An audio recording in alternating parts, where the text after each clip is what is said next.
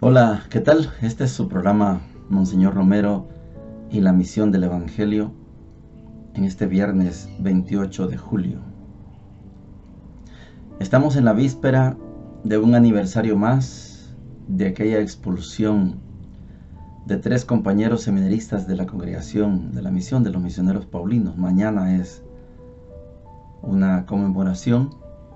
Estamos invitados quienes podamos estar allá en La Naranjera, ahí en la comunidad de base que se tiene en Sagacoyo, un aniversario más de esa expulsión que dio origen al nacimiento de una comunidad de base que ha venido por años batallando, autoanimándose, a veces con apoyo de externos, pero ahí está la comunidad. Abrazos para ellos. Mañana esperamos en Dios estar con ellos ahí en Sagacoyo. El día de hoy, en esta primera parte donde vamos a escuchar a Monseñor Romero, quiero desafiarlos, quiero retarlos a que veamos la templanza, la firmeza, la energía de Monseñor Romero cuando él defiende una verdad. No hubo quien refutara con autoridad las palabras de Monseñor Romero. Esto queda demostrado en el segmento de hoy. Estamos en la homilía del 9 de marzo de 1980, en la sección de los hechos de la realidad, los hechos de la semana y la realidad nacional. Y Monseñor menciona 2 perfiles, dice él, 2 perfiles marcan la vida cívica de esta semana. Por un lado, la violencia represiva, no cualquier violencia, la violencia represiva, la violencia ejecutada y permitida por el gobierno de turno. Y el otro, la reforma agraria y la nacionalización de la banca. Cuando habla de la primera de las partes de estos 2 perfiles, la violencia represiva, Monseñor defiende la verdad. Y esta es la frase para el día de hoy. Dice lo siguiente: con tristeza tengo que decir, sigue imperando y creciendo en el país una espantosa violencia represiva que ya contaba con los 2 primeros meses de este año con unos 400 muertos entre los 600 de la violencia en general. Quiero recordar este número 600, que me quisieron tergiversar esa frase del domingo pasado. Por eso Orientación tuvo que hacer una aclaración que la pueden leer en el número de hoy, cuando al director del diario Latino le llamó la atención porque decía: desmienten afirmación del arzobispo Romero, y llevando un reportaje del periodista Eduardo Vázquez Baker, hacía decir a voces del ejército que no era cierto que eran 600 muertos en encuentros con fuerzas de seguridad del gobierno y los extremistas. Yo no he dicho eso. Lo que he dicho es, entre enero y febrero, unas 600 personas han perdido la vida debido a esta situación política. Y lo mantengo. Y los pueden contar. Ahí termina la frase. Lo mantengo. Y los pueden contar. Esta es una maravilla que Monseñor tiene. Porque ¿quién puede refutar a Monseñor, que tenía un equipo de asesoría legal, que tenía una institución, socorro jurídico, que llevaba el conteo, ¿Y qué autoridad la de Monseñor? Porque la gente afectada venía: Monseñor, me mataron mi hijo. Monseñor apuntaba: mataron al hijo de la señora. Y lo pasaba al socorro jurídico. Socorro jurídico iba a verificar si era cierto. Sí, señor, sí, Monseñor. Mataron al hijo de la señora. Esta es veracidad. Esta es verdad. Ese es nuestro San Monseñor Óscar Arnulfo Romero. Cuando dice la verdad, la sostiene y la defiende.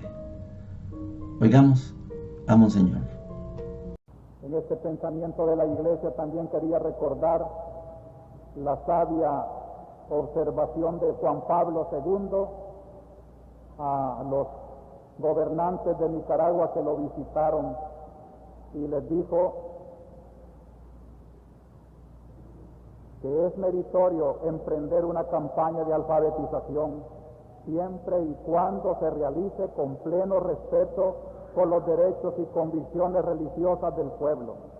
Este respeto por los derechos de la familia cristiana a recibir una educación acorde con la fe que profesan excluye la imposición de conceptos distintos. Es lo que he dicho siempre, y veo en esta palabra del Papa lo que platicamos con él personalmente, que apoya la lucha por la justicia social, el amor a los pobres, pero que cuidemos mucho, queridos hermanos, de que estos bienes de la tierra, que son justos, no nos hagan olvidar los verdaderos valores cristianos de nuestro pueblo. Trabajemos mucho por este sentido cristiano de nuestra liberación.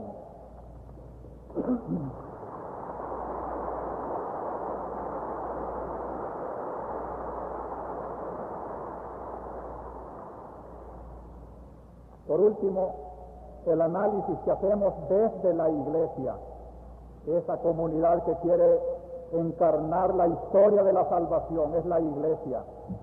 Pero ella, como les dije antes, quiere ser un pueblo que lleva esa historia de salvación para iluminar la historia profana del pueblo.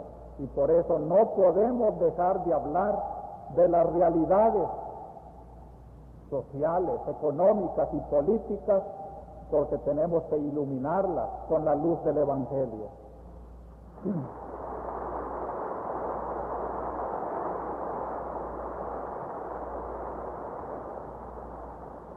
Dos perfiles marcan la vida cívica de esta semana: la violencia represiva y la promulgación de dos leyes de reformas estructurales, la reforma agraria y la nacionalización de la banca. En cuanto al primer perfil, la represión, con tristeza tengo que decir, sigue imperando y creciendo en el país una espantosa violencia represiva que ya contaba en los 2 primeros meses de este año con unos 400 muertos.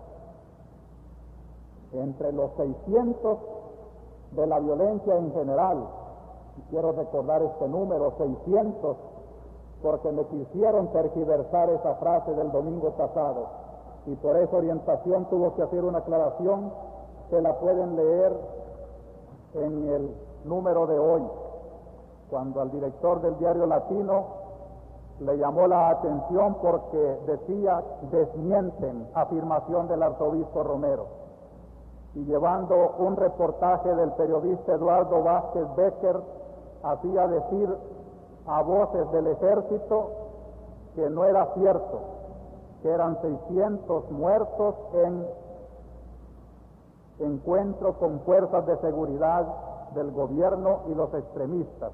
Yo no he dicho eso. Lo que he dicho es: entre enero y febrero, unas 600 personas han perdido la vida debido a esta situación política. Y lo mantengo, y lo pueden contar.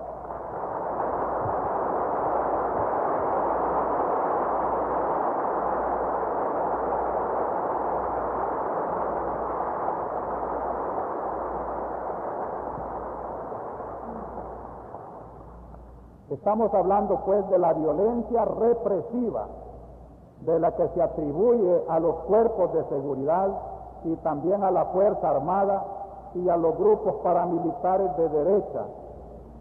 No he omitido nunca denunciar también la violencia de izquierda, como también hoy lo voy a hacer. Llegamos a la palabra de Dios. Hemos venido acompañando a este pueblo de Israel que todavía no es pueblo. La consolidación está llegando. Hemos venido desde que Dios se encuentra con Abraham allá en Ur de los Caldeos. Dios le dice a Abraham: deja esta tierra, vete a la tierra que yo te voy a dar, etc. Abraham tiene 2 hijos, uno ilegítimo con la criada Agar, uno legítimo con Sarai, que después se va a llamar Sara. El ilegítimo desaparece de la escena y todo queda con el hijo legítimo, Isaac. Dios le pide que sacrifique a Isaac. Abraham se dispone a hacerlo. Dios lo salva. Isaac tiene 2 hijos, Esaú, Jacob. Esaú vende la primogenitura. Jacob astutamente recibe la bendición de su padre Isaac con ayuda de Rebeca. Y este Jacob logra la bendición de Dios. Jacob tiene 13 hijos, 12 hombres, una mujer, Dina. La mujer no cuenta, los 12 hijos sí. Por azares de la vida, esos 12 hijos y Jacob, esa familia de Jacob, se establecen en Egipto. Allá son esclavizados 400 años. Dios decide liberar ese pueblo, ya lo sacó de la esclavitud de Egipto, lo hizo pasar el Mar Rojo. Está el pueblo, el grupo de las 12 tribus está en el desierto. Ayer veíamos cómo hubo una comunicación entre Dios y el pueblo por medio de Moisés. Dios habla por truenos, por rayos, por niebla o neblina. Y ha llegado el momento. Hoy llega el momento en que hay que promulgar una ley. Con esta ley, estas 12 tribus se hacen pueblo y se van a hacer pueblo de Dios. Hasta hoy son tribus, una cantidad de tribus. Con una ley ya son pueblo. Pero como la ley es ley de Dios, entonces son pueblo de Dios.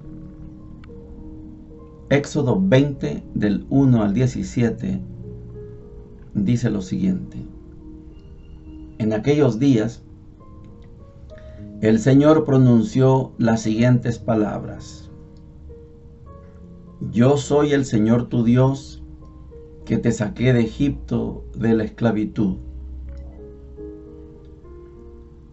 No tendrás otros dioses frente a mí. No te harás ídolos, figura alguna de lo que hay arriba en el cielo, abajo en la tierra, o en el agua debajo de la tierra. No te postrarás ante ellos, ni les darás culto, porque yo, el Señor tu Dios, soy un Dios celoso. Castigo el pecado de los padres en los hijos, nietos y bisnietos, cuando me aborrecen. Pero actúo con piedad por 1000 generaciones cuando me aman y guardan mis preceptos. No pronunciarás el nombre del Señor tu Dios en falso, porque no dejará el Señor impune a quien pronuncie su nombre en falso. Fíjate en el sábado para santificarlo. Durante 6 días trabaja y haz tus tareas, pero el día séptimo es un día de descanso dedicado al Señor tu Dios. No harás trabajo alguno, ni tú, ni tu hijo, ni tu hija, ni tu esclavo, ni tu esclava, ni tu ganado, ni el forastero que vive en tus ciudades. Porque en 6 días hizo el Señor el cielo, la tierra y el mar, y lo que hay en ellos. Y el séptimo día descansó. Por eso bendijo el Señor el sábado y lo santificó. Honra a tu padre y a tu madre. Así prolongarás tus días en la tierra que el Señor tu Dios te va a dar. No matarás. No cometerás adulterio. No robarás. No darás testimonio falso contra tu prójimo. No codiciarás los bienes de tu prójimo. No codiciarás la mujer de tu prójimo, ni su esclava, ni su esclava, ni su buey, ni su asno, ni nada que sea de él. Palabra de Dios. Te alabamos, Señor. Esta es la ley. Dios da a conocer cuál es su ley. El mensajero que trae esa ley es Moisés. Como que Moisés se pare. Querido pueblo, esta es la ley que nos va a regir porque somos pueblo de Dios. Y el pueblo escucha. Amarás al Señor, no tendrás otros dioses, no te postrarás. Y el pueblo está de acuerdo. Esto que se llama el decálogo, o sea, los 10 mandamientos, ha generado tanta controversia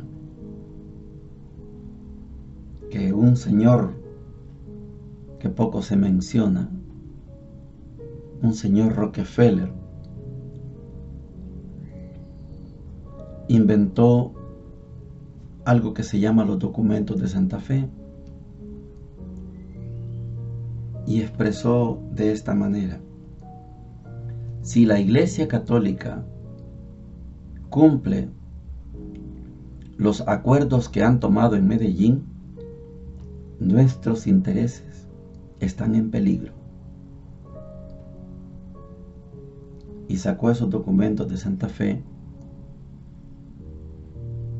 Y los documentos de Santa Fe buscaban que la Iglesia Católica no fuera una fuerza unida.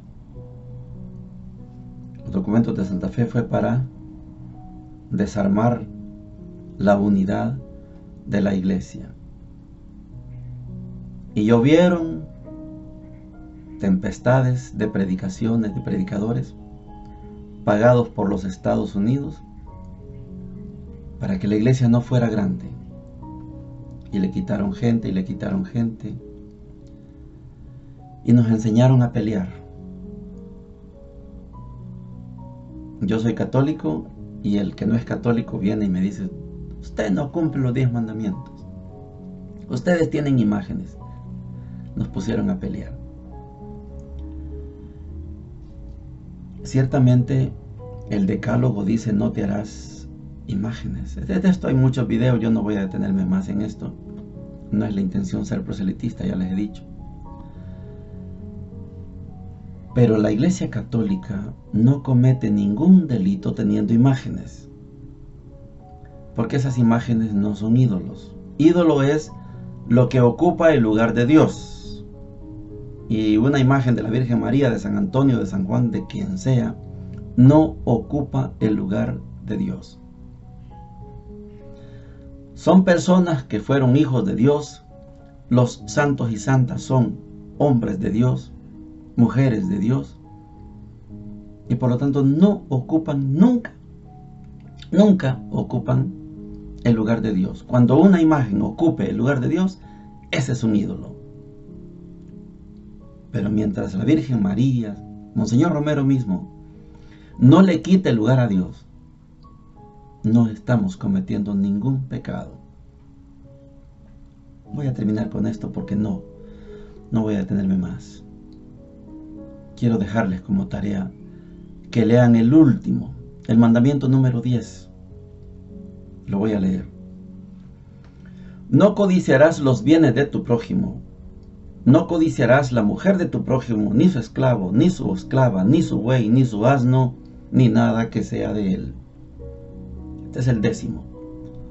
La Iglesia, con el correr del tiempo, para conservar el número 10, eliminó aquel mandamiento de las imágenes. No te harás imágenes, porque nosotros no tenemos problema con nuestras imágenes, y eliminó ese mandamiento. No está en los 10 mandamientos que proclamamos en la iglesia, no está ese mandamiento, pero ahora voy a explicar por qué. Este 10º mandamiento, lo voy a volver a leer. El 10º mandamiento dice: no codiciarás los bienes de tu prójimo, no codiciarás la mujer de tu prójimo, ni su esclavo, ni su esclava, ni su buey, ni su asno, ni nada que sea de él. La iglesia partió en 2 este mandamiento 10, porque ya eliminamos el segundo. ¿Por qué? Porque como lo reza el mandamiento 10 del Decálogo de Moisés, la mujer es propiedad del hombre. Lo voy a volver a leer. No codiciarás los bienes de tu prójimo.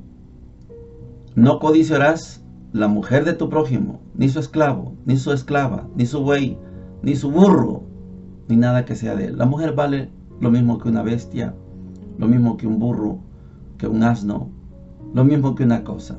La iglesia partió en 2 ese mandamiento. No codiciarás la mujer de tu prójimo y no codiciarás los bienes ajenos. Solución: la mujer no es propiedad del hombre. La mujer es mujer, el hombre es hombre.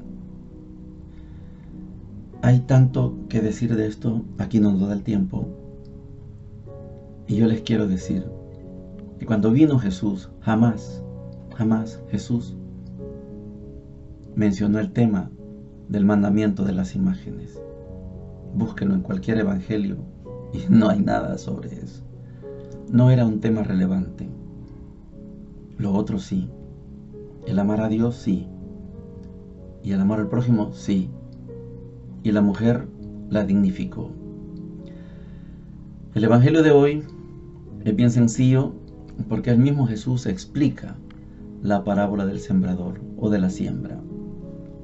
Mateo 13, 18 al 23.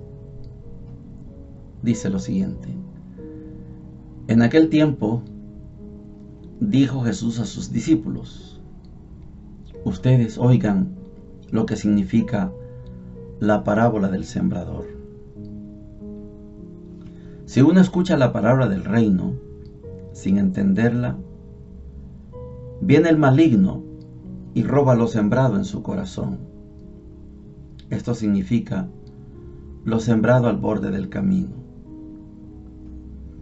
Lo sembrado en terreno pedregoso significa el que lo escucha y lo acepta enseguida con alegría, pero no tiene raíces, es inconstante, y en cuanto viene una dificultad o persecución por la palabra, sucumbe.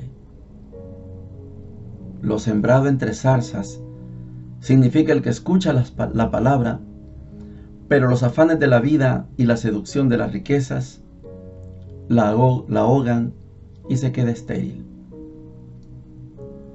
Lo sembrado en tierra buena significa el que escucha la palabra y la entiende. Ese dará fruto y producirá 100 o 60 o 30 por 1. Palabra del Señor. Gloria y honor a ti, Señor Jesús. La parábola está explicada.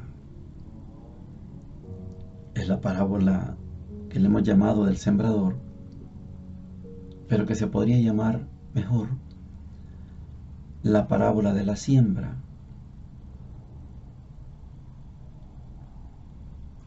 Porque no hay ningún problema con la semilla. El problema es la tierra. ¿En qué tierra cayó la semilla? La semilla es la misma. ¿En qué tierra cayó? Esta mañana pensaba agregar un punto sociológico a este tema de la tierra. Siempre hay caminos, siempre hay zarzas, siempre hay piedras. Ese no es el problema. Entonces pensaba, ¿qué semilla sembramos en la tierra buena?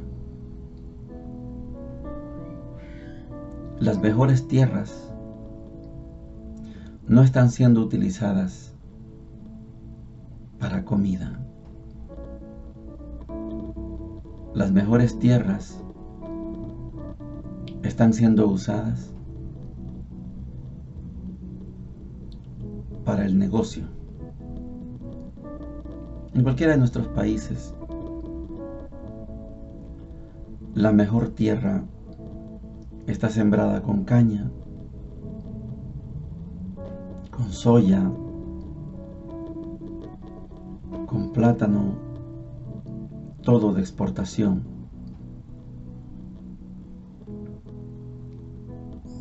Y por eso el pueblo no tiene suficiente comida. Como cristianos nos toca ser buena tierra. Tal vez no producimos el 100%. Tal vez no producimos el 60%, tal vez ni el 30%, aunque sea el 10%, pero hay que producir.